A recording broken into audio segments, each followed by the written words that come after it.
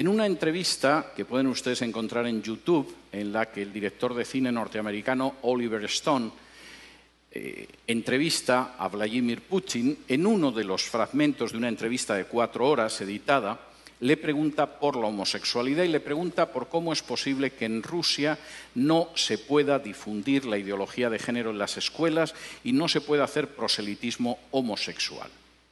Y la respuesta que le da Putin es absolutamente ejemplar. En Rusia no se persigue, no se encarcela, no se discrimina a ningún adulto por ser homosexual. Hay actores, hay artistas, hay deportistas que son homosexuales y nadie los persigue ni los discrimina. Pero no vamos a tolerar que adoctrinen a los niños en una ideología que es contraria a la familia. Porque la base de esta nación es la familia. Si el niño se convierte en adulto al llegar a los 18 años y decide ser homosexual, es una decisión suya. Pero no vamos a tolerar que la familia la destruyan desde abajo, haciendo proselitismos con niños que no tienen el criterio suficiente para decidir en un sentido o en otro. Yo puedo estar muy poco de acuerdo en muchas cosas con Putin, pero ahí le doy toda la razón. En el caso de China, todavía son más estrictos. Y he tenido ocasión de hablar con chinos acerca de esto. Los chinos siguen arrastrando la herida de lo que ellos llaman el siglo de humillaciones. Hace ahora poco menos de un siglo, los británicos que ambicionaban apoderarse de la porcelana, del té, de la seda china, quisieron hacerse con ella, pero los chinos no veían que los ingleses tuvieran nada con lo que pudieran intercambiar la seda, el té o tantas cosas valiosas. De modo que los ingleses, puesto que nada de lo que ellos vendían les interesaban a los chinos, decidieron venderles drogas y les obligaron a abrir puertos por los que introducían el opio para consumo de los chinos. Los chinos se opusieron, la Marina británica era más poderosa, y después de perder 2 guerras no tuvieron más remedio que aceptar puertos extranjeros que introducían el veneno de la droga en China y que sumieron durante prácticamente un siglo a China en el mayor sometimiento y la mayor explotación a potencias extranjeras que había vivido en una historia milenaria. La visión de los chinos sobre la ideología de género es la misma. Esto es peor que el opio que trajeron los ingleses. Y si dejamos que entre en nuestra sociedad y que destruya la familia, el efecto va a ser peor que el opio británico. No lo vamos a tolerar. No porque seamos cristianos, el régimen es un régimen ateo, sino porque creemos en la familia y sabemos que la nación se basa sobre la familia. Me da mucho pesar que naciones que no son cristianas, sin embargo, a la hora de defender a la familia, parece que tienen una idea más clara que otras naciones que supuestamente lo son. En quinto lugar, y esto es tremendo, la ideología de género es una bomba de relojería demográfica. No hay nación ni cultura que pueda sobrevivir con un crecimiento demográfico inferior al 2,5. Están ustedes ya por debajo del 2,5 en la República Dominicana. Hasta el 2,3, que es su tasa de crecimiento en estos momentos, tienen posibilidad de reacción. Todavía es reversible, quizá en una generación, un proceso de desplome demográfico. A partir del 2% no hay esperanza. Cualquier cultura, cualquier nación está condenada sí o sí. La ideología de género va a conseguir que Europa, la Europa que yo he conocido, desaparezca en una generación, quizá en menos. En España la tasa de crecimiento demográfica es del 1,1. Es normal, hemos matado más de 1 millón de criaturas en el vientre de sus madres, siguiendo la supuesta salud sexual y reproductiva. La tasa de crecimiento de los musulmanes en España es del 8,1.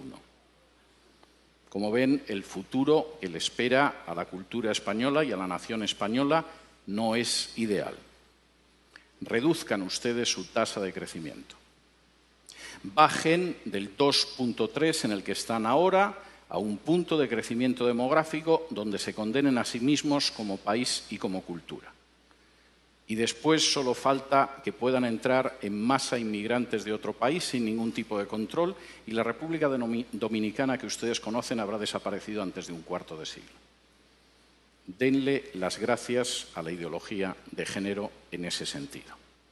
Finalmente, y esto me parece muy importante, la ideología de género es un ataque directo contra la soberanía nacional. Finalmente, no es algo que deciden los políticos de este país. Los políticos de este país, en muchos casos, ignoran qué es la ideología de género, como los políticos de otro país. En otras ocasiones solo piensan en su propia promoción personal.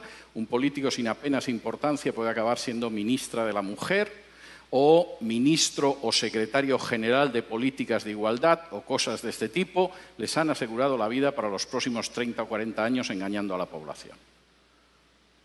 El problema es que eso significa el final de su soberanía y de su independencia nacional. La ideología de género se está imponiendo en países donde para poder recibir ayuda de instituciones internacionales, préstamos, renovación de créditos, se exige y se presiona a esos países para que admitan en su derecho interno la ideología de género. Y he tenido la posibilidad de hablar con dirigentes de países de Hispanoamérica y no de Hispanoamérica que tenían que confesar las angustiosas presiones que habían recibido de organizaciones ligadas a Naciones Unidas o al Departamento de Estado de Estados Unidos para admitir la ideología de género en su seno o enfrentarse con una situación difícil desde una perspectiva económica. No existe ningún derecho que permita, legitime o tolere que una instancia exterior del tipo que sea imponga a una nación la ideología que tiene que tener. Por muy pequeña que pueda ser esa nación, por muy reducido que sea su peso en el concierto internacional, por muy joven incluso que pueda ser en términos históricos, no existe organización internacional, fundación privada o país extranjero que tenga derecho a imponerle la ideología de género.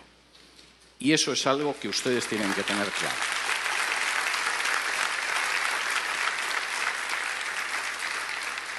Y si me lo permiten, antes de pasar al terreno de las preguntas, quisiera realizar un paralelo a una situación esencial en la historia de Israel. Cuando de pronto, después de recibir las normas que podían permitir que Israel viviera como una nación ejemplar, como una luz para las naciones, como una verdaderamente nación próspera, las palabras que aparecen en la Escritura es: delante de vosotros he colocado el camino de la vida y de la muerte. Ustedes tienen ahora mismo delante de sí mismos el camino de la vida o de la muerte. Esto no es algo que va a suceder dentro de 10, de 15, de 20 o de 30 años. Ahora mismo tienen delante el camino de la vida o el de la muerte.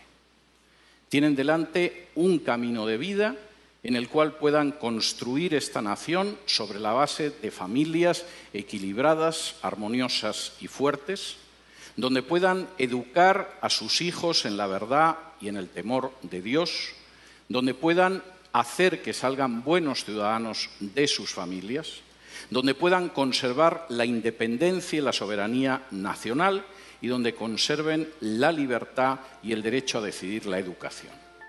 Y ese es un camino de vida para este país, como para cualquiera.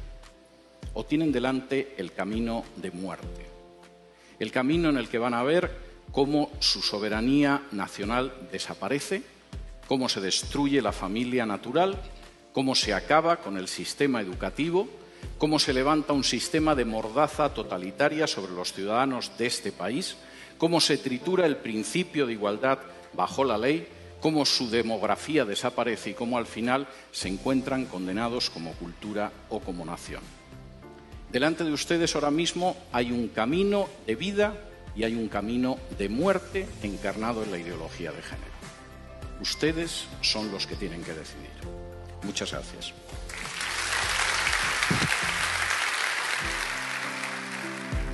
Esperamos que este programa haya sido de bendición y que esta interesante charla con el doctor César Vidal pueda ser un instrumento que Dios use para que estemos alerta contra las falsas enseñanzas que nos quieren imponer los diferentes organismos nacionales e internacionales que tratan de imponer un nuevo orden contrario a los principios de la palabra de Dios en los tiempos que estamos viviendo.